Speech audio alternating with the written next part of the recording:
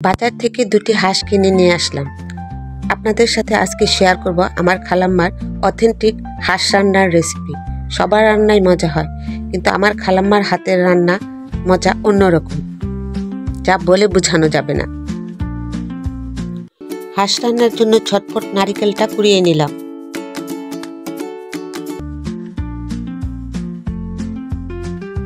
খালাম্মা কোরানো নারিকেল থেকে 1 কাপের মতো নারিকেল বেটে মিহি করে নিল হাঁস রান্না করার জন্য।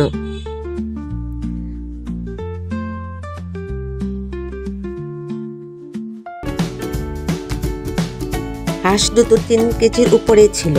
কেটে ধোয়ার পর প্রায় 2.5 কেজির মতো মাংস পাওয়া গেল। মাংসগুলোকে খালাম্মা ধুয়ে পরিষ্কার করে নিয়েছে।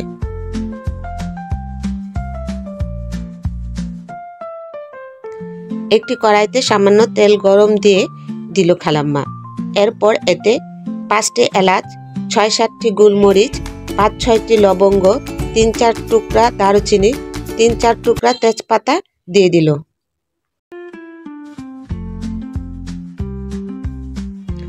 মশলাগুলো নেড়ে চেড়ে এতে 1 কাপের মতো পেঁয়াজ কুচি দিয়ে দিল।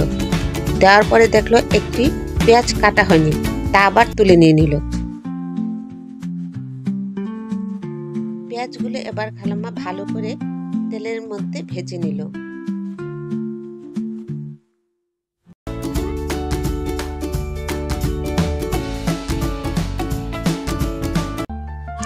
এবার খালাম্মা 4 টেবিল চামচের মতো আদা বাটা ও রসুন বাটা দিয়ে দিল। আদা ও রসুন বাটাটা ভালো করে ভেজে নিল।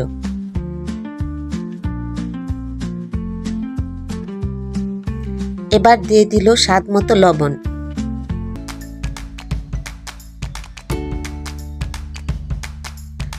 দুই টেবিল চামচের মতো দিয়ে দিল মরিচের গুঁড়া। 2 টেবিল চামচের মতো দিয়ে দিল হলুদের গুঁড়া। দিয়ে এবার দিল ভালো করে নাড়াচাড়া করে নিল। মশলাগুলো যাতে পুড়ে না যায় সামান্য পানি দিয়ে দিল। এবার দিয়ে দিল ধনিয়ার গুঁড়া 2 টেবিল চামচের মতো, দিয়ে ভালো করে কষিয়ে নিল।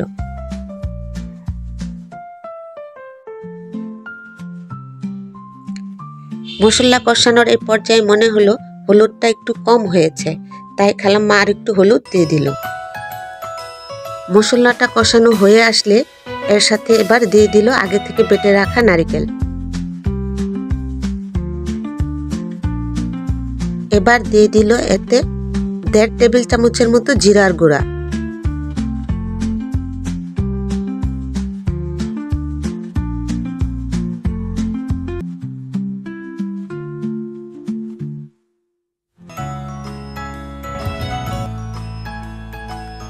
এবার সামান্য পানি দিয়ে সবগুলো উপকরণ আবার রান্না করার পালা। নেড়ে চেড়ে সবগুলো মশলা আবার কষিয়ে নিতে হবে। মশলা কষানোর এই পর্যায়ে খালাম্মার কাছে মনে হলো জিরার গন্ধটা কম হচ্ছে, তাই খালাম্মা আরো একটু জিরার গুঁড়া দিয়ে দিল। সব মিলিয়ে 2 টেবিল চামচের মতো জিরার গুঁড়া আমরা রান্নায় ব্যবহার করলাম। কষানোর সময় মশলার উপরে এরকম তেল চলে আসলে বুঝতে হবে মশলাটা কষানো হয়ে গেছে। এখন আমাদের মশলাটা কষানো হয়ে গেছে, তাই খালাম্মা মাংসগুলো ঢেলে দিচ্ছে।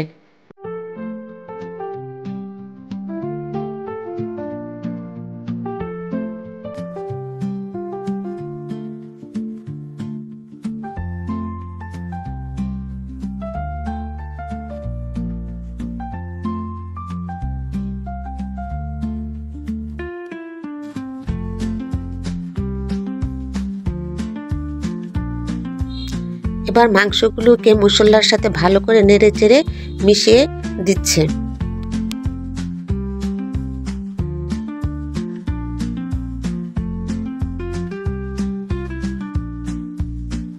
মাংসগুলোকে কষানোর জন্য সামান্য পানি দিয়ে ঢাকনা দিয়ে দিল। 4টি এলাচ এবং 3-4টি দারুচিনির টুকরো পেস্ট করে রেখে দিয়েছে পরবর্তীতে তরকারিতে দেওয়ার জন্য।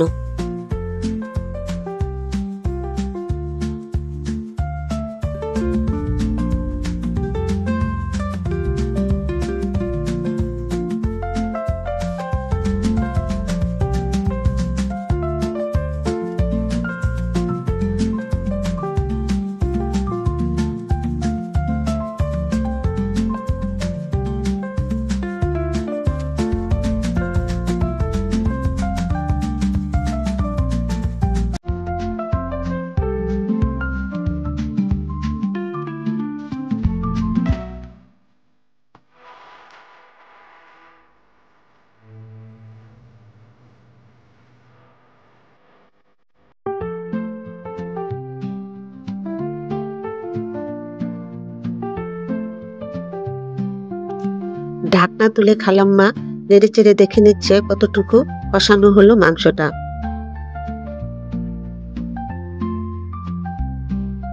মাংসটা কষানো হয়ে গেছে। এবার পরিমাণ মতো গরম পানি দিয়ে দিল মাংসগুলি সিদ্ধ হওয়ার জন্য। খালাম্মা চেক করে নিচ্ছে মাংসটা কতটুকু সিদ্ধ হলো। আরো এক পেলা গরম পানি দিয়ে দিল। এবার আগে থেকে বেটে রাখা মশলাটা দিয়ে দিল, দিয়ে ভালো করে মাংসের সাথে মিশিয়ে দিল নেড়ে চেড়ে।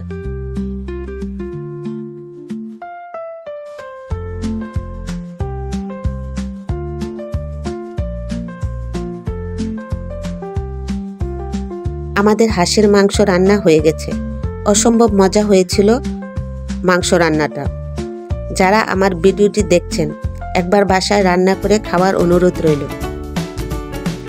ইনশাল্লাহ একবার খাওয়ার পর অন্য কোনো রেসিপি আর ট্রাই করবেন না, এতটুকু শুধু বলতে পারি।